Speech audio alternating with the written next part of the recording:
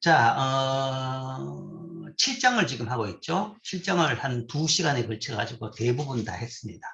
대부분 다 했죠. 주식시장, 합리적 기대이론, 효율시장 가설. 뭐 한 2주 전에 했는 내용이 돼가지고 좀 아슴푸레하겠는데, 주식시장에서 제일 뭐 궁금한 것은 과연 주식 가격이 어떻게 결정되느냐라는 이야기죠. 주식 가격이. 가격이란 것은 뭐 누누이 이야기하지만, 단기적으로는 수급입니다. 단기적으로는 수요 공급 뭐 법칙에 따라서 시장에서 수요 공급에 따라서 수요가 많으면 가격이 오르고 수요가 적으면 가격이 떨어지는 뭐 그런 식으로 변동을 합니다. 그게 이제 단기적인 가격 결정 원리고, 그 다음에 우리가 경제학에서 배우는 이론 같은 경우는 다 장기 결정 원리입니다. 장기적으로 오랜 시간에 걸쳐서 오랜 시간 평균을 보면 어떤 수준이냐. 즉, 그 이야기는 단기라는 것은 장기 가격을 중심으로 해서 왔다 갔다 하는 겁니다. 장기 가격을 중심으로 해서 수요가 더 많으면 오르고 수요가 적으면 그것보다는 더 떨어지는 그런 식으로 왔다 갔다 하는 시기 현실적인 가격입니다. 그럴 때 이제 그 기준이 되는 장기 가격이 어떻게 결정되느냐라는 이야기죠. 그 기준이 되는 장기 가격 또는 이제 장기 평균 가격의 결정 원리는 일반적인 이런 현재 가치 모형, 그러니까 현재 자산 가치 모형하고 동일하게 우리가 설명할 수 있다. 즉, 예를 들어서 자산이란 주식이란 자산을 샀다. 그러면 그 자산 가격은 얼마가 돼야 되느냐? 그 자산에서 발생하는 미래 현금 흐름의 현재 가치로 계산된다. 라는 이야기죠. 그래서 그 자산, 주식의 현금 흐름이라는 것은 거기서 소위 배당금이 발생하죠. 배당금과 그 다음에 최종적으로 주식을 팔죠. 팔아가지고 내가 현금 흐름을 얻을 수 있는데 그 현금 흐름을 총 현재 가치로 계산해가지고 하면 그것이 뭔가 하면 이 주식의 적정 가격이 된다는 거죠. 그래서 채권 가격 결정 모형하고 동일한 겁니다. 딱 이것이 뭐랄까 그러니까 이표체의 가격 모형하고 똑같죠. 이표체의 중간에 뭔가 중간에 이자가 있고 이게 쿠폰 부분이죠. 쿠폰 부분이고 마지막에 원금을 받는 거하고 동일합니다. 단 차이는 채권 같은 경우에는 이 PN이 고정되어 있고 마지막에 받는 원금이 고정되어 있고 그 다음에 중간에 배당금이 고정되어 있는 거죠. 고정되어 있는데 주식 같은 경우에는 차이를 이야기한다 그러면 이 중간에 받는 배당금이 사실은 불확실성이 좀 꽤 크죠. 꽤 크고 마지막에 이 팔았을 때 이 P가 얼마가 될 것이냐 거기에 대해서도 잘 모르는 그런 차이는 있습니다. 차이는 있지만 기본적으로 가격 결정 모델은 이렇게 되는 것이죠. 이렇게 되는 것이고 여기다가 이제 잘 모르는 그런 부분을 조금 가정을 더 추가해 가지고 하면 이런 식으로 고등의 배당 성장률 모형이 납니다. 그러니까 이렇게 한 것은 여기에다가 이 배당금이 매년 뭔가 하면 일정 성장률로 성장한다라는 이야기죠. 일정 성장률로 성장한다. 뭐 그렇게 해가지고 성장률을 고정시키면 한 일정 성장률이라 그러면 이 D1, D2 N개의 미지수가 있지만 그 N개의 미지수는 소위 성장률 하나로서 뭔가 하면 다 값이 계산되는 값이 되는 겁니다. 그래서 미지수 계수를 줄 수 있는 거죠. 그 다음에 이 PN은 팔 때 가격이 얼마냐 그럴 경우에 이 PN이라는 것은 N이 굉장히 크다고 가정할 수 있는 거죠. 그러니까 물론 이제 내가 사가지고 나는 뭐 예를 들어 한 달, 1년 내에 판다. 아니면 2년 내에 판다, 3년 내에 판다라고 할 수 있습니다. 그럼 누군가 다시 또 그 주식을 살 거라고요. 결국은 뭔가 하면 주식시장에서 그 주식이 팔리는 최마지막은 아주 뭔가 하면 먼 미래가 될 수 있는 겁니다. 내가 팔지만 또 다른 누가 사는 것이고 또 그러면 그 누가 이 주식을 사는 사람이 또 파는 거고 그 다음 그걸 사는 사람이 또 팔고 그렇게 된다 그러면 주식이라는 것이 마지막 파는 시간이라는 것은 굉장히 길다라고 볼 수 있죠. 일반적으로 주식이라는 것이 상장이 되고 난 뒤에 그게 마지막 거래가 되는 것은 뭐 상장 폐지가 될 때라는 거죠. 그런 차원에서 이 N은 한 사람 개인이 아니라 뭔가 하면 전체 가격을 본다 그러면 굉장히 큰 값이라고 볼 수 있습니다. 굉장히 먼 미래. 그럼 먼 미래라 그러면 여기서 먼 미래에서는 이 N이 굉장히 커지죠. PN도 그러면 먼 미래의 값이지만 거기에 따라서 이것도 굉장히 커집니다. 여기서 뭔가 하면 이 KE라는 것은 소위 주식에서 뭔가 하면 자기가 원하는 수익률이죠. 수익률인데 이 수익률, 1 수익률인데 이 값도 뭔가 하면 성수가 굉장히 커지죠. 성수가 커진다 그러면 이건 굉장히 큰 값이 빠른 속도로 큰 값이 됩니다. 분모가 빠른 속도로 큰 값이 돼버리면 그때는 이게 무한대 값이 되죠. 무한대분의 P라 그러면 그 0입니다. 그러니까 N이 상당히 크다 그러면 이 마지막 부분은 거의 0에 가까운 값이 되는 겁니다. 0에 가까운 값이 된다는 거죠. 그렇게 된다 그러면 그냥 주식 가격은 이론 가격은 이거의 합이고 이거는 아까 말한 대로 고정 성장률 모형을 가정할 수 있는 것이고 그렇게 되면 그때의 주식 가격은 이런 식으로 우리가 좀 가정을 집어넣어 가지고 간단하게 표현할 수 있다. 그래서 이걸 고든의 배당 성장률 모형이다 라고 이야기하죠. 고든의 배당 성장률. 자, 그런데 이제 여기서 한 가지 주의할 점은 배당이라 그랬지만 이 배당은 그냥 기업의 어닝하고 동일하다라고 생각하면 됩니다. 기업의 수익이라기보다는 뭐라 그러나요? 이익, 기업의 순이익이라고 보면 됩니다. 그러니까 이게 이제 순이익인데 순이익을 가지고 배당을 해줄 수 있고 아니면 사내유보로 남길 수 있습니다.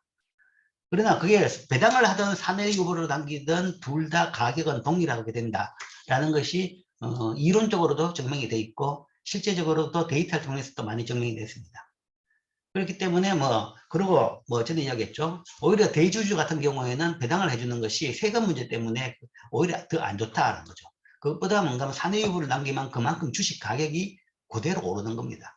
그렇기 때문에 이거는 여기서 말한 D라는 것은 말은 배당이라고 그러지만 실제적으로는 기업의 이익이다. 순이익으로 보면 됩니다.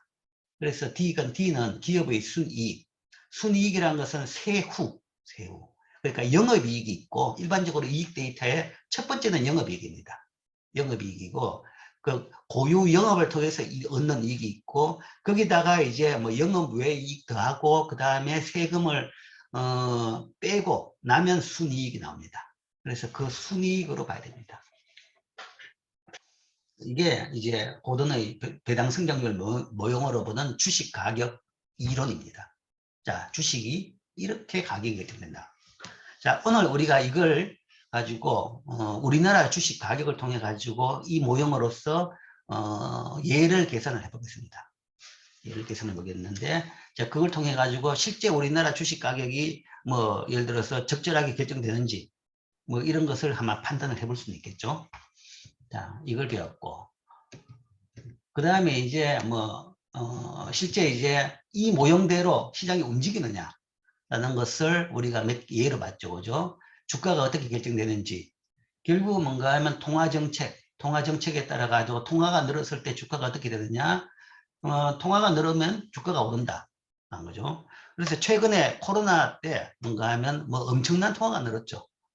엄청난 통화량, 양적 완화를 통해서 세계적으로 엄청난 통화량이 늘었는데 그래서 통화량이 늘어서 주가가 엄청나게 올랐다라는 거죠. 물론 이제 최근에는 다시 빠지고 있죠. 빠지고 있는데 그거는 통화량을 줄일 것이다. 그리고 줄이는 방향으로 갔기 때문에 지금 다시 떨어지고 있는 겁니다. 어쨌든 통화량을 늘리면 굉장히 주가가 오른다. 왜 그러냐? 거기 보면 그 모형에서 보면 이 KE 주식 투자의 요구 수익률이 하락하고 그 다음에 배당 성장률이 증가하기 때문에 주가가 오른다. 즉 그 모형대로 실제적으로 주식 가격이 움직인다라는 것을 알 수 있는 거죠. 금융위기 경우에도 마찬가지로 그 모형으로 충분히 설명을 할 수 있습니다. 그 다음에 이제 합리적 기대 이론에 대해서 설명했죠. 합리적 기대 이론. 그 다음에 주식 시장에서 실제 이제 지금 이야기하는 것이 그냥 연장선상입니다. 시장이 어떻게 작동하느냐라는데 이제 일반적으로 80년대에 시작됐던 합리적 기대 이론을 주식시장 아니면 자산시장에 적용하면서 우리가 효율적 시장 가설을 이야기했죠. 효율적 시장 가설. 즉 사람들은 모든 정보를 다 활용해 가지고 주식 가격을 평가하고 결정하고 그 다음에 투자를 하더라라는 거죠. 그것이 이제 효율 시장 가설입니다. 자, 그게 이제 어떤 의미냐라고 이야기하면 그 이야기는 실제 모든 정보를 이용해 가지고 그 주식 가격을 예를 들어가 추정하는 모형을 만든다. 그러면 그 모형에 따라가 추정된 값이 현재 주식 가격하고 같다라는 이야기입니다. 같고 거기서 이제 차이는 안 나온다라는 얘기죠. 그게 이제 효율시장 가설이고, 실제 이제 실정 경제학적인 차원에서는 그렇게 이야기할 수 있는 것이고, 그 다음에 또 다르게 실용적인 차원에서 이야기한다 그러면 결국은 주가는 랜덤워크이다라는 이야기죠. 현재 주가를 설명은 할 수 있습니다. 설명할 수 있다. 아까 말한 대로 모든 정보를 이용해 가지고 현재 주식 가격이 이렇게 됐구나 라고 설명을 할 수 있는 거죠. 그렇지만 미래 주가는 예측을 할 수 없다는 거죠. 미래 주가는. 현재는 현재의 모든 정보를 이용해서 주식 가격을 결정되는 것이죠. 결정되는데 그 다음부터 뭔가 하면 내일 주가는 예측을 못한다는 거죠. 왜냐하면 현재 주가의 모든 예측 가능한 정보들이 다 포함되어 버렸기 때문에 더 이상 내일 주가를 설명할 수 있는 것은 아무것도 없습니다. 그렇다 그러면 내일 주가는 결국은 랜덤입니다. 주가는 지멋대로 간다. 더 이상 어떤 정보 가지고 공개된 정보 가지고 그 주가를 예측할 수 있는 것은 아니다. 그래서 주가는 랜덤워크이다라는 이야기입니다. 랜덤워크이고 그 이야기는 주식을 예측한다. 어떤 주식이 오를 것이다. 어떤 주식이 어떻게 투자를 하면 더 수익이 높을 것이다. 라는 말은 다 믿을 수 없는 말이다. 그런 말은 실제적으로 뭔가 하면 통할 수가 없다. 즉 투자 전문가들의 추천은 시장 수익률을 초과하는 수익률을 얻을 수 있다고 하는데 그건 거짓말이다 라는 얘기죠. 뭐 거짓말이라기보다는 거짓말은 아니죠. 물론 그 사람들이 일부러 거짓말하는 건 아니지만 이론적으로 봐서 이 주장은 뭔가 하면 이 주장대로 수익을 내기는 어렵다라는 얘기죠. 어렵고 최신 정보는 아마 주식 가격에 이미 다 포함되어 있다는 거죠. 즉 그 이야기는 향후 3개월 뒤에 주가가 10% 오를 것이다. 그러면 실제 그 말이 맞다 그러면 지금 오늘 당장 10% 올라버리는 거죠. 3개월을 기다릴 이유가 없다는 거죠. 그 이야기는 소위 오를 주식이라고 추천하는 것에 대해 가지고 그걸 믿을 수 있는 근거가 없다. 그죠? 정부가 새롭게 예상치 않은 것일 때만 주가는 정보 발표에 반응하는 겁니다. 그렇기 때문에 그렇다 그러면 뭐 전혀 이제 주가를 예측할 수 없는데 어떻게 주식을 투자해야 되느냐에 대해 가지고는 뭐 이런 이제 철학에 따른다 그러면 그래도 유일하게 추천할 수 있는 전략이라는 것은 사서 보유하는 전략이다. 사서 보유하는. 그러니까 오를 주식을 사가지고 오르면 판다. 라는 것은 안 통한다는 거죠. 사서 보유한다. 그 이야기는 소위 말해서 좋은 주식을 사가서 보유하라는 이야기죠. 좋은 주식이라는 것은 뭔가 하면 상대적으로 저평가되어 있는 주식을 사서 보유하라는 이야기죠. 그리고 안전하고 안 망할 주식을 사서 오랫동안 보유해가지고 좋은 기회가 오면 팔라라는 이야기죠. 좋은 기회라는 것은 뭔가 하면 사고 난 뒤에 그 다음에 좋은 정보들이 나타나가지고 주가가 많이 오르게 되는 거죠. 그럴 때 파는 거지 사전에 뭔가 하면 이거는 좋은 정보가 발생할 것이다 라고 기대해가지고 그걸 사서 수익을 남기기는 거의 어렵다는 것이 효율시장 가설입니다. 자, 나머지 이제 그 두 개가 돼 있는데, 두 장이 돼 있는데, 그건 나중에 하고, 이 부분에 대해 가지고 이제, 추가적인 이제 뭐 조금 설명을 하면, 자, 이 스마트 리드에 추가 강의 자료를 내가 올렸죠. 이 추가 강의 자료에 대한 이야기입니다. 자, 추가 강의 자료에 대한 이야기인데,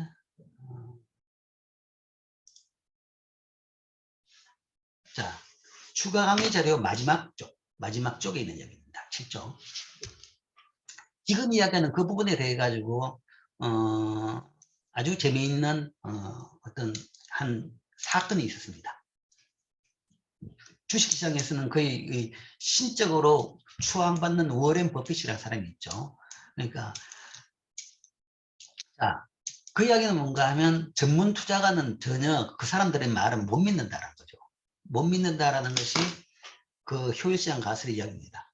그러니까 그 사람들이 오를 거라고 이야기해가지고 오를 주식이라는 건 없다는 거죠. 그래서 실제적으로 보면 원래 유명한 펀드 매니저들도 보면 대부분 장기 실적은 별로 안 좋아요.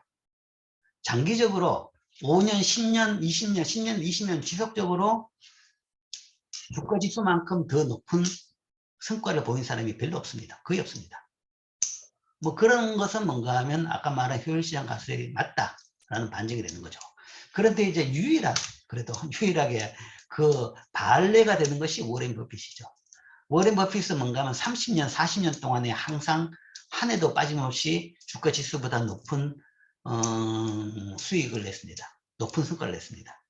그러니까 이제 아무리 효율시장 가설을 주장하더라도 워렌 버핏에 대해 가지고는 다들 아무 말도 못하죠. 못한대요. 자, 이분이 워렌 버핏이 뭔가 하면 효율시장 가설을 신봉하는 사람은 전혀 아닙니다. 전혀 아닌데 언젠가 하면 이런 이야기를 했어요. 헤지펀드의 수수료가 비싸다라고 합니다. 소위 펀드죠. 펀드. 우리가 이제 주식을 투자할 때 직접 개인이 투자해도 되고 그 다음에 내가 전문성이 떨어진다. 그러면 남한테 이제 전문가가 투자하는 것에 소위 끼어가지고 투자를 하는 거죠. 그게 이제 펀드입니다. 이 펀드. 그래서 우리나라에서도 여러분들 부모님들이 보면 어떤 펀드 같은 거에다 많이 투자를 합니다. 뭐 요즘은 또 유행하는 게 IT 펀드라든지 뭐 기업 펀드라든지 아니면 바이오 펀드라든지 아니면 뭐 요즘에는 또 뭐 배터리 펀드. 그래서 이제 뭐 배터리 산업 같은 걸 중심으로 투자를 하는 이제 그런 이제 펀드들이 있죠. 근데 이제 그게 개인들이 그 사업 내용을 산업 내용을 잘 모르니까 그 전문가들이 그런 걸 끌어모아 가지고 펀드를 만들어 투자합니다. 그럼 나름대로 여러 펀드 있는데 그 중에서 이제 골라서 사람들이 투자를 하죠. 우리나라 펀드들은 대부분 이제 그냥 뭐 그 자산운용사에서 운영하는 거죠. 운영하는데 일반적인 사람을 대상으로 펀드가 운영되기 때문에 그 펀드에 대해 가지고 굉장히 강한 뭐랄까 투명성을 요구합니다. 그래서 펀드에 뭐 어떻게 운영한다, 뭐 채권은 최소한 어느 정도 보유해야 되고 그 다음에 종목은 어떻게 되고 그걸 투명하게 밝히고 매달 그걸 그 내용을 알리고 그 다음에 어느 이상 뭔가 하면 뭐 많이는 하지 말고 뭐 등등 아주 까다로운 그 요구를 합니다. 이제 일반 사람을 대상으로 그걸 공모를 할 수 있기 때문에 돈을 투자를 받기 때문에 사람들 투자자 보호 차원에서 그런 이제 규제 조건이 심하죠. 근데 이제 헤지 펀드 같은 경우에는 그런 규제 조건이 거의 없습니다. 거의 없는데 이건 소위 부자들 펀드죠. 그러니까 보통 일반적으로 우리나라에도 이제 사모펀드라고 지금 돼 있죠. 99명 이하 사람들에 대해서만 투자를 받습니다. 투자를 받고 그러니까 소규모죠. 사람 숫자로는 소규모입니다. 그러나 돈의 액수로는 뭔가 하면 엄청나게 큰 것들이 많습니다. 소수의 사람을 대상해 가지고 소수의 사람 그러니까 일반적인 다수의 국민이 아닌 거죠. 아니기 때문에 대신에 뭔가 하면 책임은 자기가 지는 거죠. 투자자가 책임을 지고 운영에 대해 가지고는 제한을 안 하는 겁니다. 그런 것을 우리가 헤지 펀드라고 그러죠. 그래서 일반적으로 이제 뭐 거액 자산가들 그리고 뭐 자산가 개인보다는 사실은 헤지펀드에 투자하는 많은 돈들이 개인보다는 기관입니다. 기관. 그러니까 뭐 증권사도 다른 증권사의 헤지펀드에 투자하고 그 다음에 뭐 연기금 그런 거죠. 사실은 돈은 뭔가 하면 거액돈은 개인이 거액돈을 가지는 거는 많잖아요.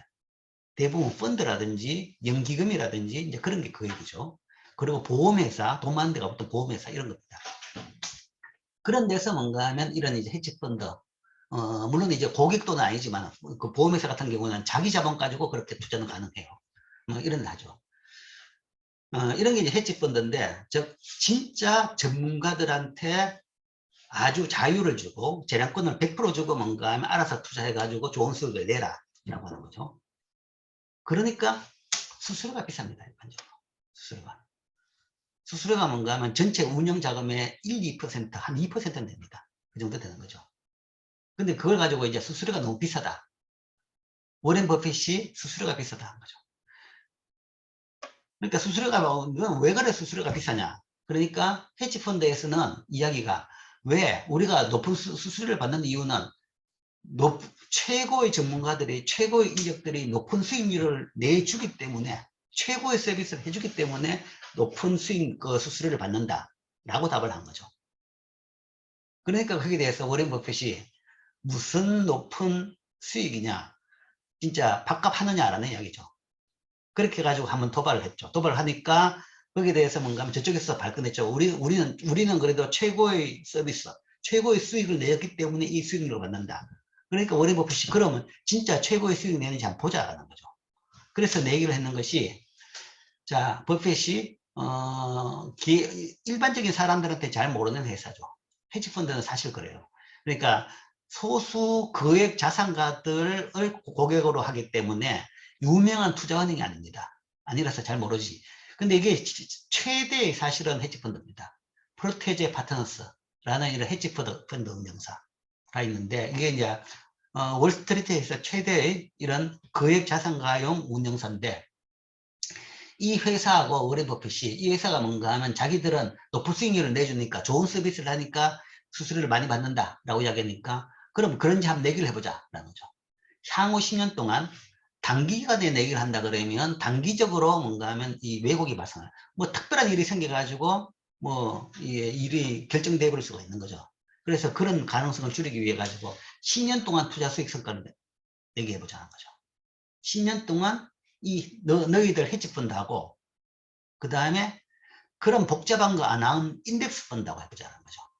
인덱스 펀드라는 것은 이제 뭐 인덱스를 뭘 하냐 문제인데, 뭐 요즘에는 많이 달라졌지만 일반적인 인덱스 펀드는 그냥 주가 지수 펀드입니다.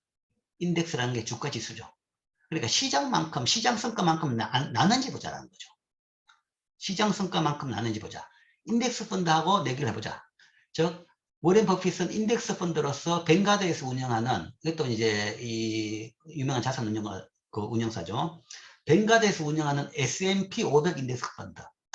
뭐 S&P 500 인덱스 펀드를 한다 그러면 뱅가드에서 운영하든 뭐 어떤 회사에 운영하든 별 차이 없어요. 다 비슷합니다. 비슷하고. 뭐 현재 우리나라 내에서도, 우리나라에서 뭔가 하면 이제 미래에셋이나 삼성증권에서도 S&P 500 인덱스 펀드를 운영하고 있어요. 어쨌든 인덱스 따라가기 때문에 그거 뭐 똑같습니다. 거의 같습니다. 그런데 어쨌든 S&P 인덱스 펀드. 그러니까 S&P 500 인덱스 펀드라는 것은, S&P 500이라는 것이 사실은 미국 주식시장의 가장 대표적인 주가지수입니다. 다우존스나 아니면 나스닥이나 뭐 그런 모든 걸 다 통틀어도 뭔가 하면 가장 대표적인 주가지수가 S&P 500입니다. 그래서 S&P 500을 따라가는, 그 이야기는 미국 주식시장의 전체 수익을 보는 거죠.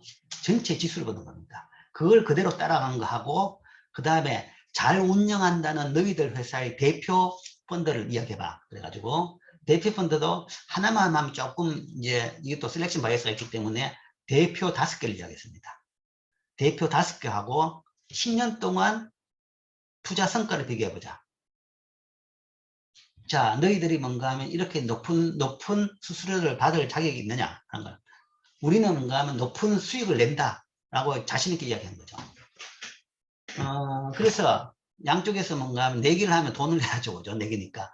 돈을 32만 달러를 각각 냈습니다. 했는데 왜 32만 달러냐? 32만 달러 둘이 내면 합치면 64만 달러죠. 이게 64만 원을 왜 어떻게 계산되냐 그러면, 이게 10년 동안 투자해가지고 100만 달러를 만들자라는 이야기죠. 100만 달러를 만들어서 이런 부자들은 뭔가 하면 그래가지고 내가 돈 벌겠다는 것이 아니고, 이걸 가지고 이긴 사람이 어디다 기부를 하는, 뭐 멋있죠, 그죠? 이긴 사람이 자기가 원하는데 기부를 하는 내기를 한 거죠. 그래서 기부를 할 때 우리가 100만 달러, 100만 불을 기부를 하자. 기부를 하는 얘기를 하는데, 100만 불을 만들기 위해 가지고는 지금 계산해 보니까 평균 이자율 따라 계산해 보니까 한 32만 달러. 내가 64만 달러 정도를 내면 그게 10년에 100만 달러 될 것이다. 그러면 그게 10년 뒤에 그까지 기부를 하자라는 얘기를 했습니다. 그럼 누가 이겼어? 이길 사람이 자기 원하는 데 기부를 하는 거죠. 2008년, 그래 2007년에 이 논쟁이 붙었습니다.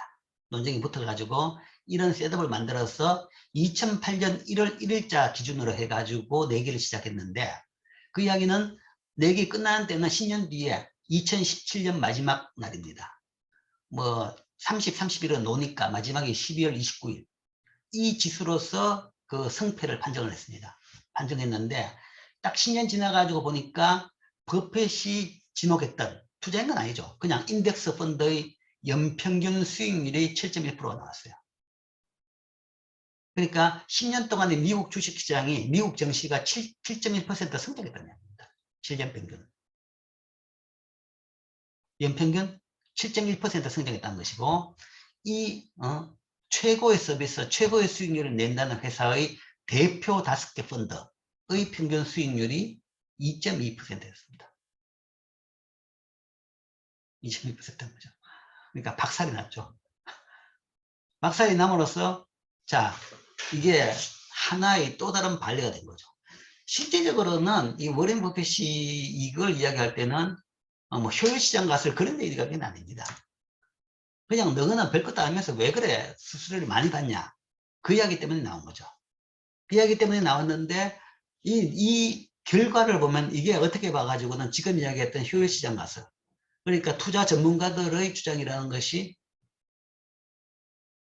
별로 설득력이 없다.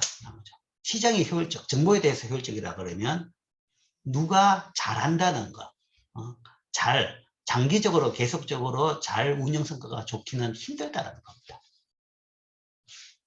그게 전형적으로 나온 거죠. 이게 보니까 시장 평균에 근처도 안 나온 겁니다. 최고 잘 운영하는 완전 자율권을 가지고 최고 잘 운영하는 헤지펀드조차가 뭔가 하면 이 시장 평균 수익률의 3분의 1도 못 되더라. 그래서 이게 하나의 또 효율시장 가설의 하나의 중요한 증거로 이제 사용되는 겁니다. 그 다음에 이때부터 뭔가 하면 좀 시장이 바뀌었다고 볼 수 있어요. 이 이야기하는 인덱스 펀드 이런 것에 대한 관심이 굉장히 커졌습니다. 그러니까 뭐 잘 운영한다, 좋은 펀드가 있다. 그게 그러니까 패션에 따라가 새로운 펀드들이 만들어지고 뭔가 하면 그게 확 몰리죠. 결국은 오래 시간 좀 오래 장기 투자하면 뭔가 하면 그게 별로 소용이 없더라는 얘기입니다. 그리고 어떤 데 패션이 불었다, 바람이 불었다 그러면 이미 늦은 겁니다. 바람 불기 전에 그거 가지고 있다가 바람 불 때 확 온 거죠. 바람이 불어가지고 일반 사람들이 다 할 때 되면 뭔가 오른 만큼 다 올라간 겁니다. 막차 타는 겁니다. 그러니까 바람 불기 전에 들고 있다가 바람 불 때 팔아버리면 그거는 수익을 본 거죠. 근데 누가 어디다 바람이 불지 모르는 겁니다. 알 수가 없죠. 그거 알 수 있으면 뭔가 하면 뭐 진짜 엄청난 부자가 됐겠죠. 그런 차원에서 효율시장 가설이라는 것이 뭔가 하면 이런 걸 봐가도 실제 월스트리트에서 최고들하고도 비교해봐도 결국은 그 가설을 기각하기가 쉽지가 않다. 그 다음에 뭐 이 여담으로 이야기하면 여담도 좀 더 결과도 조금 더 황당했는데 특히 양측은 금리 하락으로 국채 가격이 예상보다 빨리 상승했습니다. 그래서 상금의 목표액 100만 달러가 2012년에 달성돼 버렸습니다. 그러니까 10년에 걸쳐 가지고 64만이 10년에 걸쳐 가지고 100만이 될 거라고 생각했는데 6년 만에, 그러니까 4년 만이죠. 8년부터 12년까지 4년 만에 뭔가 하면 100만 달러가 되버렸어요. 이거는 이제 요때 그러니까 이게 32만 달러씩 내가지고 64만을 만들어가지고 이때 이제 채권을 사는 거죠. 채권을 사가지고 있으면 그 채권에 따라서 뭐 이 10년 만기 채권을 사면 만기 때 딱 이게 뭔가 하면 100만 달러가 된다. 라고 해가지고 고정액수가 되는 겁니다. 그런데 이제 만기가 10년 이상 남은 채권을 샀는데 그 채권 가격이 그 사이에 엄청나게 올라가는 겁니다. 금리 하락으로. 금리 하락이라는 것은 통화정책 결과죠. 통화정책 결과로 금리 하락했죠. 이때 금리 하락은 뭐냐? 소위 서브프라임 모기지 사태 때문에 소위 경제 붕괴를 막기 위해 가지고 양적 완화가 처음으로 시작된 겁니다. 엄청나게 페드에서 중앙은행이 돈을 풀면서 금리 하락했던 거죠. 금리 하락이라는 것은 뭔가 하면 채권 가격이 올랐던 거죠. 채권 가격이 예상보다 훨씬 많이 올라가지고 4년마다 만에 100만 불이 된 겁니다. 그러니까 100만 불이 딱 되고 나니까 목표액이 됐는데 그럼 이 돈은 어떻게 하느냐? 그래서 이 돈을 어디다 투자를 했는가 하면 워렌 버핏이 운영하는 버크셔 해스웨이라는 펀드가 있어요. 세계적인 펀드죠. 이게 거기에다가 100만 달러를 투자를 했습니다. 2012년에 투자를 했는데 이후에 6년 동안의 주가가 이 버크셔 주식 주가가 121% 성장해 가지고 상금이 더블이 더 넘어집니다. 더블 221%. 자, 그 이야기는 제일 잘한다는 이 수익이 뭔가 하면 이거밖에 안 되는데, 버크셔 주식, 워렌 버핏이 운영하는 이거는 뭔가 하면 이 주식이라는 것은 뭐, 이거보다도 뭔가 하면 두세 배 올랐다는 이야기입니다. 두세 배 오른 거죠. 121% 올랐습니다. 6년 동안에. 6년 동안에 121% 올랐다. 그렇게 20% 매년 20% 오른 겁니다.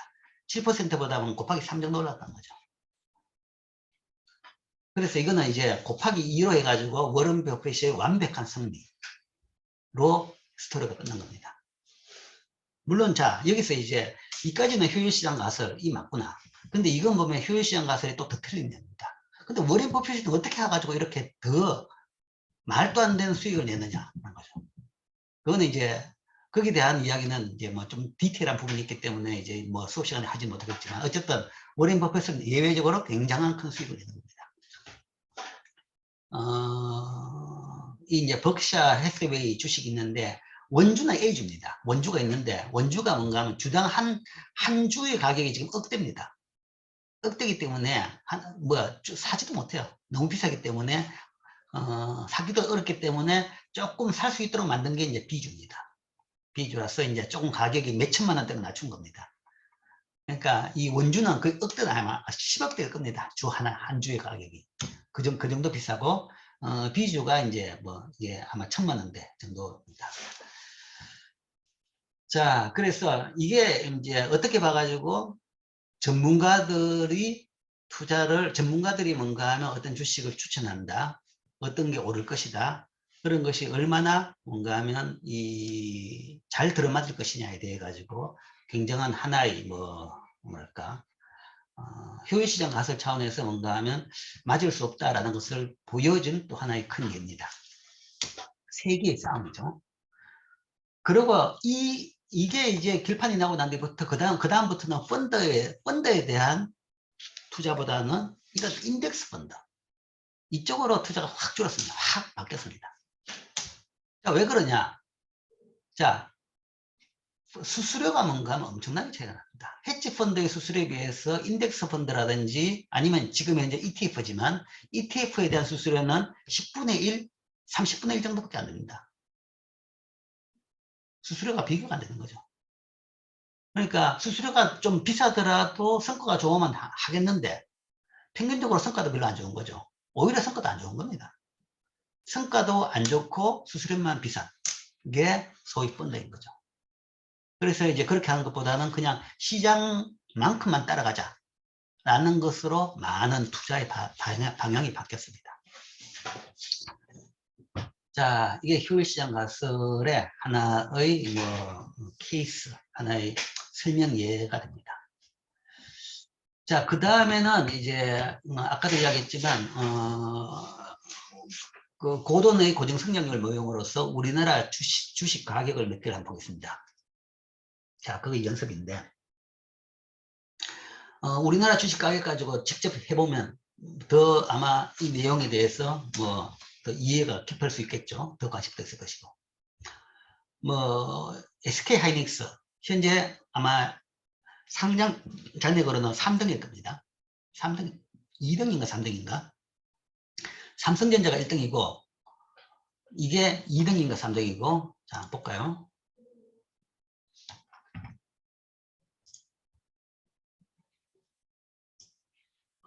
자, 네이버 들어가서 네이버 금융에서 국내 정시를 두드리고 여기서 시가총액을 두드리면 왼쪽에 시가총액을 두드리면 현재 우리나라에 상장된 주식들의 등수가 쭉 나와 있어요. 좀 더 키우죠. 잘 안 보이죠? 그래서 키우죠. 그럼 시가총액에 따라서 물론 코스피 코스닥을 두 개 따라 할 수 있는데 시가총액에 따라서 등수가 쭉 나옵니다. 등수, 덩치 규모죠. 그래서 오늘 현재 주가로 봐가지고 덩치입니다. 즉 현재 이 시가총액의 기준은 억입니다. 억인데 현재 삼성전자가 억, 10억, 100억, 1000억, 1조, 10조, 100조 전체 주식의 총 액수 가치가 뭔가 하면 396조입니다. 400조 원 정도. 400조 원이고 2등이 새로 생겼네. 최근에 상장한 LG 에너지 솔루션이 2등으로 98조입니다. 98조 원. 그 회사 주식의 총 가치가 98조 원. 그러니까 이게 주당 42만 원이고, 그 다음에 상장되어 있는 주식 수가 있죠. 그죠? 그걸 곱하면, 98조 원. 그 다음에 3등이 SK 하이닉스 79조 원. 그 다음에 4등이 삼성 바이오로직스 54조 원, 53조 원. 5등이 삼성전자 우승주 48.9조 원. 사실 LG 에너지 솔루션은 뭐 원래 상장됐죠. 올해인가 작년인가. 뭐 최근에 상장됐고, 삼성 바이오로직스도 이제 최근에 많이 올라온 겁니다. 올랐고. 그래서 한 2년 전까지만 하더라도 1등이 삼성전자, 2등이 SK하이닉스, 3등이 삼성전자 우선주였습니다. 삼성전자 우선주는 맹 삼성전자 주식입니다. 주선주인데 보통주가 아니라 우선주가 따로 있는데, 이게 뭔가 하면 3등을 할 정도로 이것마저도 컸던 거죠. 그러니까 이건 합쳐가 봐야 되는 겁니다. 압도적으로 삼성전자가 뭐 컸죠. 그거 이거에 이제 시가총액이 지금 비중이 차지한 것이 우리나라 주식 전체에서 뭔가 하면 거의 한 20, 30%, 30% 정도까지 차지했습니다. 차지했는데 최근에는 이제 많이 가격이 떨어져 가지고 비중이 조금 줄긴 줄었죠. 네. 그러니까 그 다음 삼성전자 다음에 SK하이닉스였죠. 근데 최근에는 이제 이 배터리하고 그 다음에 바이오, 이게 이제 끼어들었습니다. 자, 어쨌든 이런 식으로 우리나라 전체 기업들의 순위, 뭐 주식시장에 상장된 것을 보지만 덩치 큰 건 다 상장되어 있죠. 그렇기 때문에 기업들의 순위를 이렇게 볼 수 있습니다. 어떤 기업이 지금 현재 제일 크냐라는 거죠. 그리고 그 뭔가 막 우리나라 산업의 경쟁력, 산업의 방향, 이런 것을 실시간으로 이런 데서 쭉 볼 수가 있는 겁니다. 조금 더 보면 그 다음에 나오는 것이 네이버, 현대자동차, 카카오, 뭐 이런 거죠. 네이버, 카카오, 이거는 이제 IT 기업이다라고 보는 거죠. 검색, 카카오톡, 뭐 카카오톡 이런 거죠. 그 다음에 현대자동차, 자동차가 우리나라 주력 산업이구나. 그 다음에 삼성 SDI, SDI는 이제 이게 그거죠. 뭐지? 옛날에는 이게 브라운관 만든 거였는데, LED를 만드는, LED하고 뭐 LCD 이런 걸 만드는 그런 이제 이 디스플레이 회사입니다. 삼성 디스플레이. 그래서 지금은 이제 그 LED는 거의 반도체죠, 그죠? 반도체로 이제 디스플레이를 만드는. 그다음 기아 자동차, LG 화학, 그 다음에 금융이 나옵니다. 금융주, 은행주, KB은행, KB금융, 그 다음에 포스코, 포항제철, 그 다음에 셀트리온, 이건 바이오죠, 그죠? 바이오고, 바이오 시밀 하는 바이오고, 그 다음에 금융, 신한은행, 그 다음에 카카오뱅크, 뭐 삼성물산, 물산은 이제 무역주입니다. SK이노베이션, 이건 정유주입니다. 정유. 이거는 이제 SK에너지, SK정유, 뭐 관련 그런 산업의 전체겠죠. 그 다음에 LG전자, 현대모비스, 현대자동차의 부품회사입니다. 부품회사. 그 다음에 SK, 카카오페이, 하나금융, 뭐 이런 식으로. 이게 이제 우리나라 회사들의 뭐 순위, 실시간 주가로 본 순위다. 그죠? 자, 이 중에서 뭔가 SK하이닉스를 봤죠. 굉장히 큰 회사죠. 뭐 아주 단순한 회사입니다. 주력 메모리 반도체를 만드는 회사죠. 자, 2018년 5월 현재 SK하이닉스 주가가 9만 원이다. 9만 원인데 지금에 비해 가지고 별로 차이도 안 나죠. 지금 얼마냐 그러면 10만 9천 원입니다. 11만 원입니다. 11만 원. 최근에 이제 많이 오르긴 올랐죠. 올랐다가 지금 다시 떨어집니다. 한번 봅시다. 그럼 한 3년 정도 추세를 본다 그러면 2018년 3년 값 안 되겠네. 그럼 5년을 봅시다. 5년 정도를 보면 2018년에 이거죠. 이게 8만 원이죠. 이때 8만 원이었죠. 이게 8만 원대였다가 이게 쭉 올라가지고 최근에 뭐 모든 주식이 다 올랐죠. 그러니까 이 유동성 장세에 따라 가지고 모든 주식이 다 올라갑니다. 거품이 꼈죠. 이래가지고 15만 원까지 올라갔다가 이제는 그 거품이 꺼지면서 다시 이제 10만 원대로 떨어졌죠. 다시 또 올라갔다가 다시 또 떨어진 겁니다. 자, 이때 8만 원 했다. 그죠? 이때도 8만 원 안 비쌌죠. 안 쌌죠. 이때 8만 원이 아니라 9만 원까지 했습니다. 9만 원까지 했는데, 자, 2018년 5월 달에 9만 원이 적정하냐라는 거죠. 근데 거기에 대한 판단 지표가 여러 개 있는데, 자, 이게 적정하지 않다라고 주장하는 사람들이 많았습니다. 왜냐하면 원래 주당 2만 원의 수익이 예상됐습니다.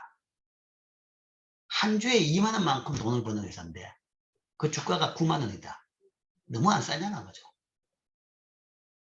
그 한 해 동안에 엄청난, 그러니까 한 주당 뭔가 하면 2만 원만큼 수익이 예상되는 겁니다. 배당을 해주도 안 해도 관계없죠. 그만큼 가치가 올라가는 회사인데 9만 원밖에 안 된다. 자, 평균적으로 뭐냐? 평균적으로 뭔가 우리가 퍼라는 지표를 생각합니다. 가격하고 그 다음에 은행하고 비율을 보는데 평균적으로 뭔가 하면 최소 10 정도는 된다는 거죠, 보통. 그 이야기는 은행의 한 10배 정도 주가가 되는 건 평균입니다. 평균이고, 그 다음에 주가가 많이 높은 회사 같은 경우에는, 테슬라 같은 경우는 100배, 200배 됩니다. 은행에 비해서 주가가 100배 정도 됩니다. 아직 주가가 그렇게 높다는 거죠. 실적에 비해 가지고 실적과 주가, 결국은 뭔가 하면 기업 주식 가격이랑 실적 따라가는 거 아니냐. 실적 대비 주가가 얼마냐는 거죠. 근데 이제 어떤 회사 같은 경우는 실적에 비해 가지고 은행에 비해서 주가가 훨씬 더 높은 회사가 있고, 근데 왜 높냐? 테슬라는 왜 높았냐 그러면 그거는 이제 실적이 계속적으로 빠른 속도로 성장하기 때문에 현재 실적 대비 주가는 일반적인 것보다 훨씬 더 높은 거죠. 높을 수가 있는 겁니다. 그거는 당연히 높아야 되는 것이고. SK하이닉스는 이때 뭔가 하면 주당 2만 원 수익이 생겼는데 평균이 10이다. 그리고 뭔가 미국은 평균이 한 20입니다. 우리나라는 그게 한 10 정도, 12, 11, 12 정도 되기 때문에 미국에 비해서 그게 비율이 낮다. 그래서 코리아 디스카운트라는 이야기를 하죠. 우리나라가 뭔가 하면 저평가된다는 거죠. 퍼로 봐가지고 우리나라가 미국보다 퍼가 낮다. 그럼 우리나라 기준을 하더라도 뭐 10배도 안 되는 거죠. 10배도 안 된다 그러면 이 이야기는 주당 2만 원이다. 그러면 뭔가 하면 평균 퍼로 본다 그러면 20만 원은 돼야 되는 거죠. 근데 주가가 9만 원밖에 안 되는 겁니다. 너무 안 싸냐는 거죠. 이렇게 볼 수 있는 겁니다. 자, 왜 이런 일이 생기느냐를 우리가 배웠던 이런 모형 가지고 평가를 해봅시다. 자, 이 주식을 이렇게 됐는데 자연 그러면 시장에서 사람들이 왜 이게 9만 원밖에 가치를 부여 안 하느냐는 거죠. 서로 그렇게 거래되고 있다는 말은 시장 참가자들은 이게 9만 원이 적정 가격이다라고 보는 겁니다. 보는 건데 왜 그렇게 생겼냐. 그러면 그때 시장 참가자들의 SK하이닉스 주식에 대한 생각은 뭐냐. 그 생각을 고던의 고정성장률 모형에 집어넣어 가지고 그 생각들을 꺼낼 수 있습니다. 꺼낼 수 있으면 자, 하나의 가정은 또 필요하죠. 이때 투자자들의 요구 수익률은 얼마냐? 한 10% 정도를 가정합시다. 일반적으로 이제 이 정도를 가정합니다. 주식 투자를 하면 그래도 위험 자산이니까 은행 이자율보다 높아야 되겠지. 그리고 한 10% 정도. 이건 여러 사람들, 뭐, 유명한 투자자들을 또 뭔가 하면 장기적으로 좋은 성장을 낸 것도 한 이 정도. 그 이야기는 주식 투자를 해가지고 연간 10% 이상 성장 수익을 기대하면 그게 어렵다는 얘기입니다. 잘하면 10%라는 겁니다. 잘하면 10%라는 거죠. 그러니까 이게 이제 일반적인 예입니다. 일반적인 요구 수익률이 10%다. 이런 경우에 투자자들은 이 SK하이닉스의 배당금이 매년 몇 퍼센트 성장할 걸로 예상하고 있느냐라는 거죠. 자, 우리가 고던 성장 모형을 보면 그 모형에서 필요한 값은 요구 수익률, 그 다음에 배당금의 성장률, 그 다음에 주가, 배당금, 이 네 개입니다.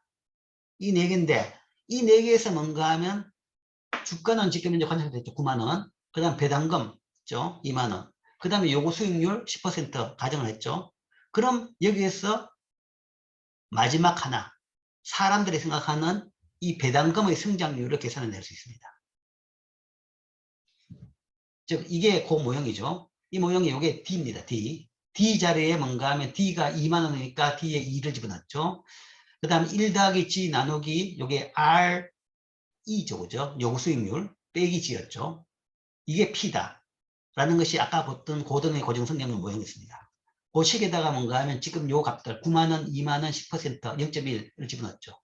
9만원, 2만원, 0.1을 집어넣고 그러면 요걸 만족시키는 G값을 구하면 되는 거죠. 그러면 양변에다가 0.1 빼기 G를 곱하면 이렇게 되고 그러니까 요거에 2 곱하기 1 더하기 G는 요거고 0.1 빼기 G 곱하기 9는 이렇게 되는 것이고, 이렇게 되는 거죠. 이렇게 돼가지고, 이걸 구하면 G는 마이너스 0.1이 나옵니다. 즉, 9만 원이 결정됐다는 이야기는 사람들, 투자자들 생각이 배당금 증가율이 마이너스 10%라는 겁니다. 마이너스 10%. 배당금이 줄 거라고 예상하는 거죠. 배당금이, 그러니까 수익이, 이 회사의 수익이, SK하이닉스의 수익이 느는 것이 아니라 줄어든다는 거죠. 지금은 예외적으로 이게 이렇게 컸기 때문에 이 배당금으로 봐가지고는, 이 수익으로 봐가지고는 이게 굉장히 저평가됐다라고 보이지만, 이거는 예외적인 것이고, 지금부터 이건 줄 거다라고 하는 거죠. 그 예상이 반영된 가격이 9만 원이다. 그죠? 실제 그랬냐? 봅시다. 2018년 그랬는데, 그러니까 주당 earning per share, 주당 earning입니다. 여기 말씀한 주당 수익, 이 부분이죠. 주당 수익.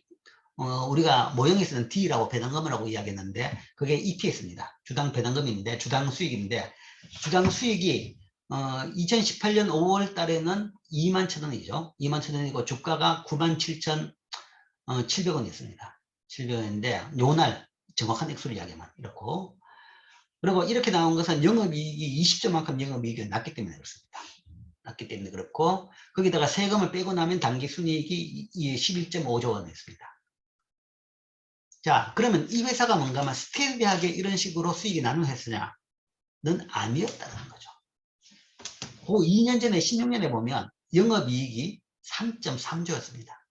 20조에 비해 가지고 7분의 1 정도밖에 안 되죠. 그 다음에 17년에 뭔가 하면 이게 갑자기 한 서너 배 늘었고, 그 다음에 18년에 이게 또 더블로 늘었습니다. 그러니까 최근 몇 년 동안에 갑자기 영업이익이 늘었다는 거죠. 소위 우리가 이야기하는 반도체 사이클. 그러니까 메모리 사이클 때문에, 그러니까 세계적으로 이때 이제 왜 늘었냐? 세계적으로 소위 데이터 센터 정설 붐이 일었습니다. 데이터 센터 정설 붐이 일면서, 그러니까 뭐 사람들이 뭔가 하면 이제 개인적으로, 그러니까 뭐 개인은 사실은 별 관계 없지만 일반 회사에서 전산실을 따로 운영을 안 합니다. 우리 학교도 지금 바꿔야 되는데, 전산실을 운영하고 서버를 각자 가지고 이제 보통 기업이라든지 회사라든지 운영을 하죠. 전산 시스템 운영을 위해서는. 근데 그게 굉장히 비싸고, 그 다음에 힘듭니다. 힘드는데, 그거의 외주 사업이죠. 그래서 전산 설비 시스템을, 데이터 센터라는 것은 데이터를 저장하는 것에 머무는 것이 아니라, 데이터 저장이 머무는 것이 아니라, 전산 설비 자체를 뭔가 하면 사용하도록 해주는 겁니다. 그러니까 인터넷선이 있으면 거기다가 뭔가 PC만 다 연결돼 가지고 그 데이터 센터가 가지고 그 데이터 센터의 컴퓨터를 이용하는 거죠. 이용하면서 프로그램도 돌리고, 그 다음에 데이터도 거기 다 저장하는 식으로 되면서 회사별로 따로 운영해야 될 전산팀이 필요 없이 되는 거죠. 그런 식으로 이제 산업이 바뀝니다.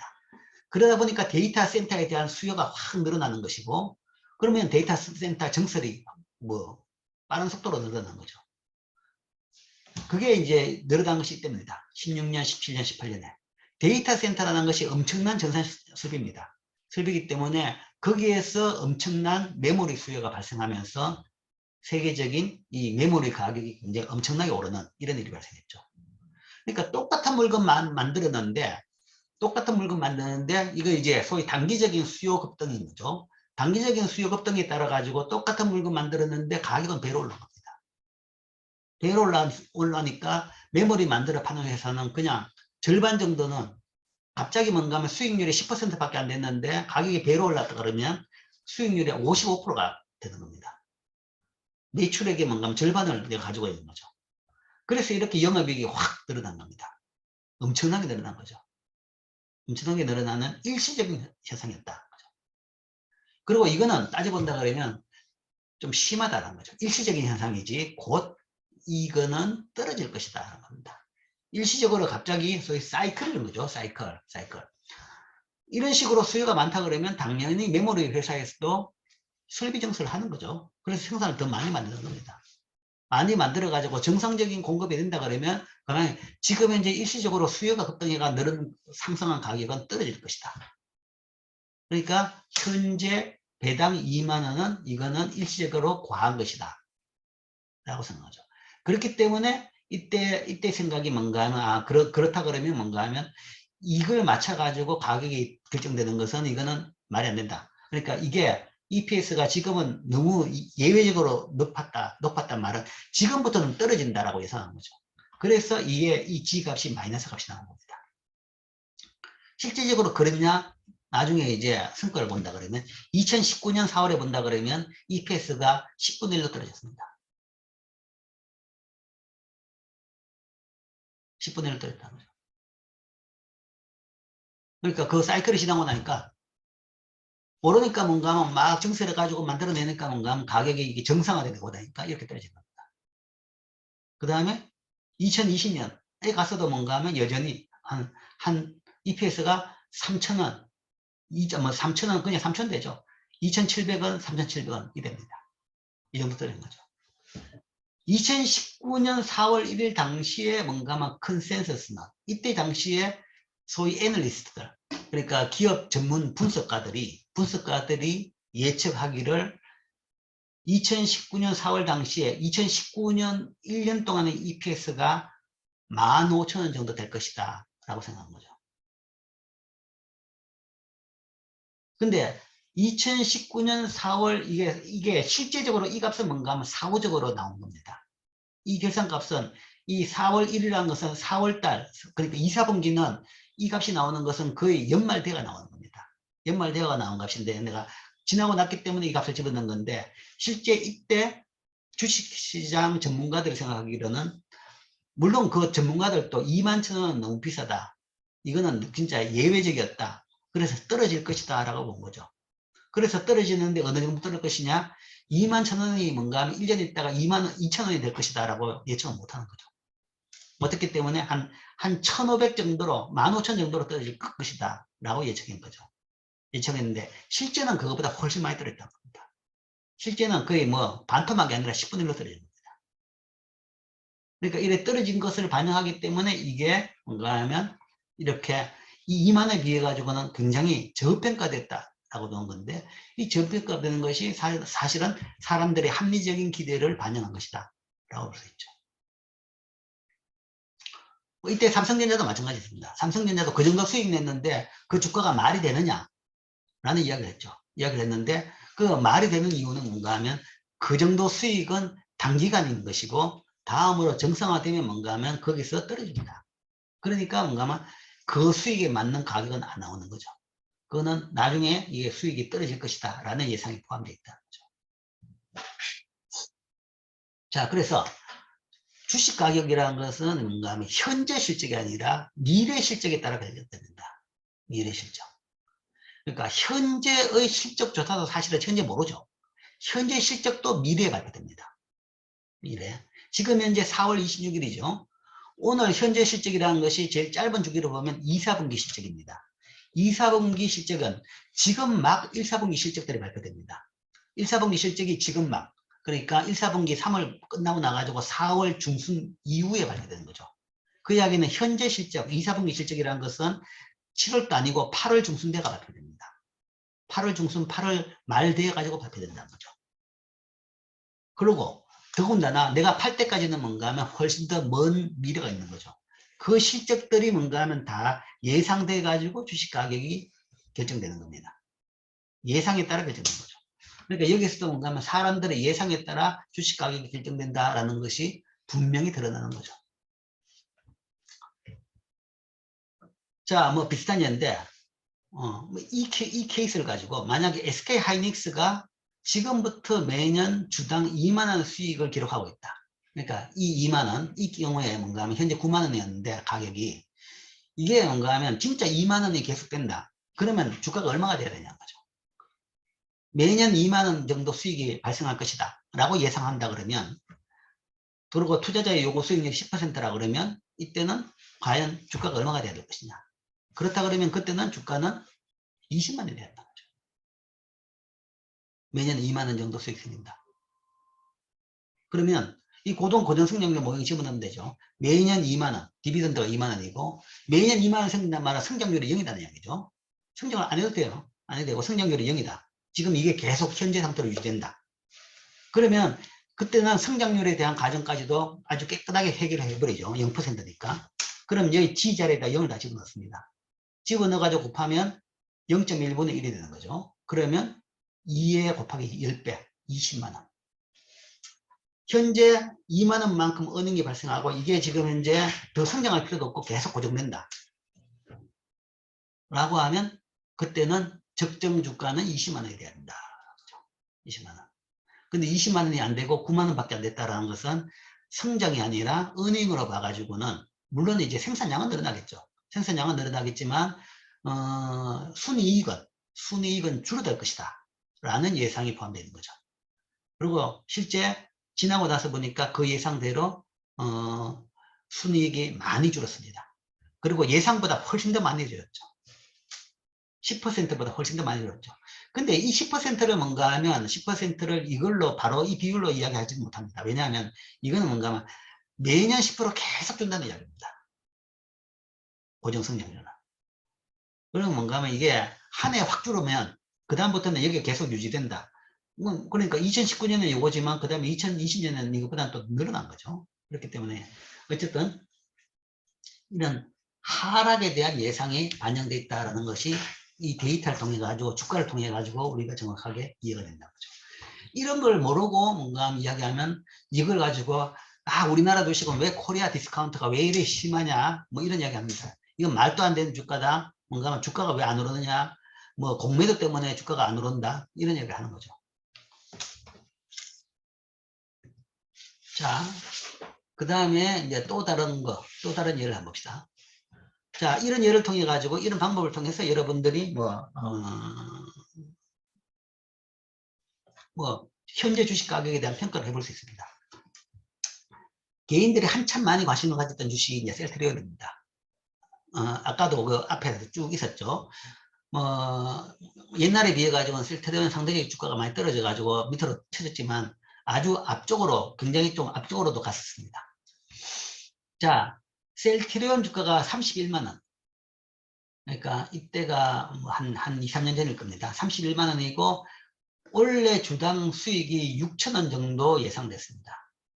자, 이때 2020년 정도 겁니다. 2021년 4월 12일 기준으로 주가가 한 31만 원이고 그 다음에 그 주당 순이익이 6,000원 정도 6,000원이죠. 6,000원의 수익이 예상되고 있습니다. 주가는 뭐 시장에서 결정됐기 때문에 뭐 이거는 그냥 결정된 값입니다. 틀릴 리가 없고. 그 다음에 주당 순이익 같은 경우에는 뭐 앞에 요거는 굉장히 차이가 났지만 보통 경우에는 그렇게 많은 차이 나지 않습니다. 한 20% 이상 차이는 안 납니다. 그래서 원래 실적 정도는 뭔가 하면 지금 현재 애널리스트들의 값들의 평균을 보면 대강 거기서 뭔가 하면 뭐 크게 안 벗어난다라고 봅니다. 10%만 차이 나도 earnings price라고 이야기합니다. 그 정도는 뭔가 많이 차이 안 난다고 하죠. 대략 한 이 정도로 볼 수 있는 거죠. 예상대로 이렇게 예상한다. 또한 뭐 투자자들은 다 비슷하다. 그래서 이 주식을 매입한 투자자들의 요구 수익률이 10%다. 그러면 자, 이 31만 원 주식에 대한 평가를 해봅시다. 주당 6,000원 정도 수익이 발생하는데 31만 원. 이건 상당히 비쌌다는 이야기죠. 기준이 뭔가 보통 퍼 10을 얘기하죠. 그죠? 뭐 10에서 15, 한 10 정도 계산 쉽게 계산해 10으로 얘기합니다. 퍼 10으로 본다 그러면 6만 원 정도가 적정입니다. 20을 봐줘도 12만 원 정도가 적정인 거죠. 그런데 31만 원이다. 엄청나게 비싸죠. 그럼 왜 이래 이 주가는 비싸냐? 그러면 이 주가를 이렇게 비싸게 평가하는 이유는 뭐냐? 여기는 이 주식은, 이 회사는 굉장히 빠르게 성장할 것이다. 라는 투자자들의 기대가 포함되어 있기 때문에 그렇습니다.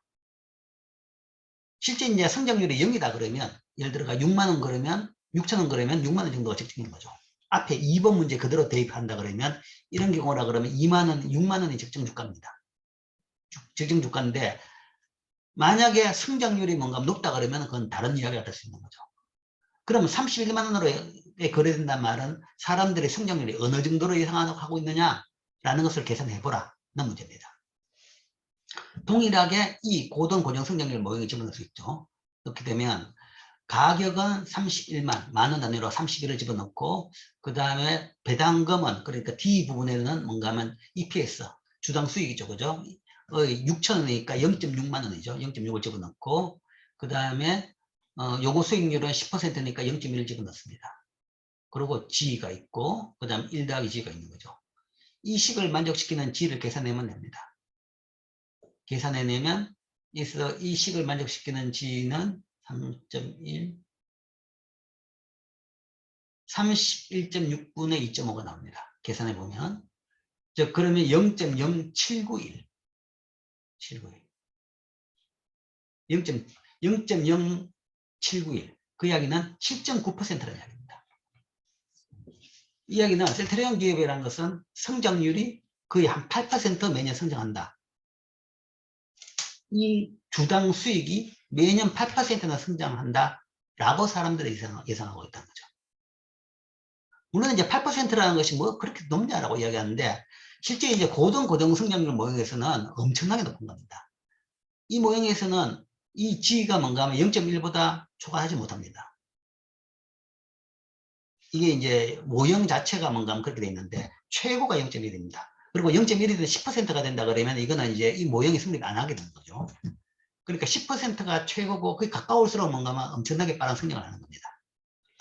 물론 이제 그 더 높은 성장률을 반영할 수 있는 모형을 위해 가지고는 좀 모형을 바꿀 필요도 있어요. 바꿀 필요는 있는데 여기서 이렇게 이야기하는 것은 실제적으로 뭔가 하면 이게 현실적인 성장률을 이야기한다 그러면 매년 한 50% 정도는 성장한다 라는 정도의 예상이 포함되어 있다는 거죠. 그런 식으로 빠르게 성장한 걸 예상하기 때문에 여기에 비해 가지고는 이렇게 엄청나게 높은 31만 원 정도의 주식 가격으로 결정이 되어 있는 겁니다. 자,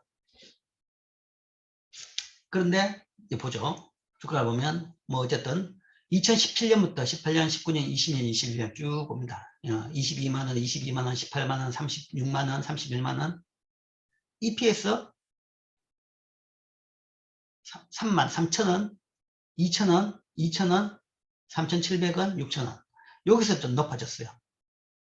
높아졌지만 별로 성장 안 하죠. 별로 성장 안 하는데 물론 이제 과거를 봐가지고는 이 회사가 성장 회사냐 소위 고성장 기업이냐에 대해 가지고는 사실은 퀘스천입니다. 퀘스천인데 어쨌든 투자자들은 고성장 기업이라고 생각하고 있다는 거죠. 그렇기 때문에 이렇게 높은 가격이 형성되어 있습니다. 셀트리아라는 회사는 상당히 재밌는 회사죠. 재밌는 회사인데 소위 바이오시밀러라는 그런 부분을 독자적으로 제일 처음에 시작해 가지고 진짜 뭐 충분히 뭔가 하면 시장에서 존중받을 만한 회사입니다. 그리고 그걸 뭔가 먼저 시작했던 그 창업자는 뭔가 하면 대단한 그 발견을 했고 대단한 추진력을 보였으며 실적을 보였는데 문제는 뭔가 하면 그 실적에 비해 가지고 너무 회사가 뭔가 하면 실적이 좋다, 실제 실적보다는 좋다, 좋을 것이다 라는 것을 지나치게 뭔가 하면 이 광고를 했다라는 것은 두고두고 문제가 될 수 있는 거죠.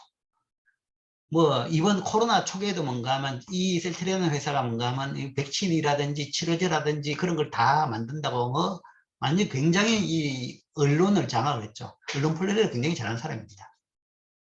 그러다가 실제적으로 뭔가 하면 전혀 성과가 없는 걸로서 이제는 뒤로 그냥 쑥 들어가 버렸습니다. 쑥 들어갔죠. 그래서 이 셀트리온이라는 회사에 투자하는 사람들이 그리고 이 아까 말한 그분이 우리나라에서 가장 먼저 항상 공매도에 대한 비판을 제일 크게 한 사람입니다. 공매도 때문에 우리 주가가 이렇게 안 오른다라는 거죠. 이 사람 생각에는 주가가 30만 원이 아니라 300만 원까지 올라야 된다 생각합니다. 근데 실적이 이 정도밖에 안 되는 회사가 주가가 그렇게 지금도 주가가 굉장히 높아요. 최근에는 이제 그 상태가 알려지고 뭐 그래가지고 이제는 주가가 좀 상대적으로 부진한 상태입니다. 부진한 상태인데 자, 이 주식을 뭔가 하면 이렇게 한번 판단을 해보라는 거죠. 과연 이 주식이 뭔가 하면 이 가격이 적정할 것이냐 하는 거죠. 더 오를 것이냐, 덜 오를 것이냐. 자, 펀더멘탈에 따라 가지고 평가해 보라는 거죠. 뭐 물론 우리가 효율시장 가설을 이야기할 때 뭐 그거 하기는 못하죠. 마지막에 뭔가 하면 이 문제, 이 문제도 뭔가 하면 2번 문제하고 동일합니다. 실제 매년 주당이 6,000원이다. 이것도 뭔가 하면 예외적입니다. 21년이 뭔가 하면 다른 때보다 월등히 높았죠. 높은 것이고, 이것마저도 여기 대해 가지고는 굉장히 지금 문제가 많이 제기됩니다. 분식에 대한 문제가 많이 제기되고 있어요. 이 회사는 뭔가 하면 분식의 이제 회계 관행의 차이다라는 주장을 하고 있는데 논란이 있습니다. 그래서 이것도 상당히 과대평가된 걸로 보는데, 이게 계속 유지된다고 하더라도 뭔가 하면 적정 주가는 얼마냐? 그러면 요거 수익률이 10%다. 그리고 이게 유지된다. 이 높은 수준이 계속 유지된다. 뭐 물론 더 성장을 안 한다는 가정이죠. 그렇다 그러면 6만 원의 적정 주가라는 게 나온 겁니다. 6만 원의 적정 주가. 그러면 여기 이 생각하고에 비해 가지고는 이 가격은 지나치게 비싼 거죠. 이걸 믿는 사람은 이거는 뻥튀기다. 그러면 공매를 하는 겁니다. 왜 그러니까 공매가 많이 있느냐? 이 격차가 심하면 공매가 많이 들어가는 거죠. 이 반대다 그러면 뭔가 하면 투자가 많아지는 겁니다. 그러니까 실제 가격에 비해 가지고 가격이 저평가되어 있다. 그러면 야, 이거 뭐 헐값이네. 그래 가지고 사람들이 투자를 하겠죠. 그러면 뭐 투자가 많아지는 것이고, 반대로 실제 적정 가격에 비해서 너무 비싸다 그러면 야, 이건 떨어질 것밖에 안 남았네. 그러면 공매가 들어가는 겁니다. 공매 때문에 떨어지는 것이 아니라 실제 가격하고 그 다음에 펀더멘탈하고의 격차에서 그런 현상이 발생하는 거죠. 자, 그래서 셀트리온 주가는 이제 이렇게 이제 평가해 볼 수 있는 거죠. 그래서 실제적으로 뭔가 우리나라 주식에 대해 가지고 이런 것을 통해 가지고 주식 가격을 평가해 볼 수가 있습니다. 그걸 통해 가지고 결국은 이제 그거죠. 주가라는 것은 결국은 기업입니다. 기업이고 기업의 성과가 나오는 것이 주식 가격입니다. 그래서 아까 결국은 주가의 모형이라는 것은 그렇죠. 이 채권이나 마찬가지로 자산 가격 모형이라는 것은 그 주식에서 그 회사에서 나오는 소위 캐시플로우라는 것은 성과죠. 성과라는 것은 이익입니다. 이익을 얼마나 내느냐 하는 겁니다. 지금 이익을 못 내더라도 뭔가 나중에 낼 수 있다라고 예상된다 그러면 그건 높은 가격이 가치가 있는 거죠. 그 제일 대표적인 회사가 뭔가 테슬라입니다. 물론 지금 너무 과대평가되는지 몰라도 테슬라는 회사가 만들어지고 20년 동안 계속 적자였습니다. 적자를 보는 회사는 EPS는 0, 마이너스죠, 그죠? 그러면 적정 가격은 0입니다. 마이너스입니다. 그런데도 테슬라는 20년 동안 주가가 계속 올랐어요. 그러니까 현재 수준으로 봐가지고는 이게 수익이 0이지만 나중에 뭔가 하면 어느 정도 수익이 많이 날 것이다. 그게 수익이 난 것이 작년부터 나기 시작했죠. 나기 시작하니까 뭔가 하면 지금 이제 이번 1, 4분기 결과를 보면 이 정도 주가가 진짜 말이 되구나 하는 겁니다. 그러니까 그 정도 $1,000가 넘는 주가라는 것이 말이 안 된다라고 생각했는데 과거 데이터라 보가 말이 안 되죠, 계속적으로. 그러나 뭔가 하면 1, 4분기 수익을 본다 그러면 이 정도 수익이 난다 그러면 $1,000가 또 말이 되는 주가구나 라는 얘기가 나온 거죠. 그러니까 적자가 나더라도 뭔가 미래 그 정도 수익을 날 수 있는 회사, 기술력을 가지고 있고 성장하는 산업이다. 그렇다 그러면 뭔가 그 정도 주가가 있을 수 있는 거죠. 근데 그 실적이라든지 미래에 대한 기대가 없는 회사가 주가가 높다 그러면 그거는 이제 거품일 가능성이 많다라고 봐야 되겠죠. 어쨌든 주식의 기업의 실적입니다. 산업과 그 기업의 실적에 따라 가지고 주가는 결정된다. 라는 것은 뭔가 하면 거기서 떨어질 수 있는 건 아니죠. 물론 단기적으로는 사람들의 이 유동성, 머니게임 이런 게 따라 가지고 급등을 하게 되겠죠. 그러나 시간이 지나면 결국은 뭔가 하면 기업 실적을 따라가는 겁니다. 자, 이상이 주식에 대해 가지고 현재 우리나라 주식 시장의 주가를 이용해 가지고도 조금 몇 가지 더 연습을 해봤습니다.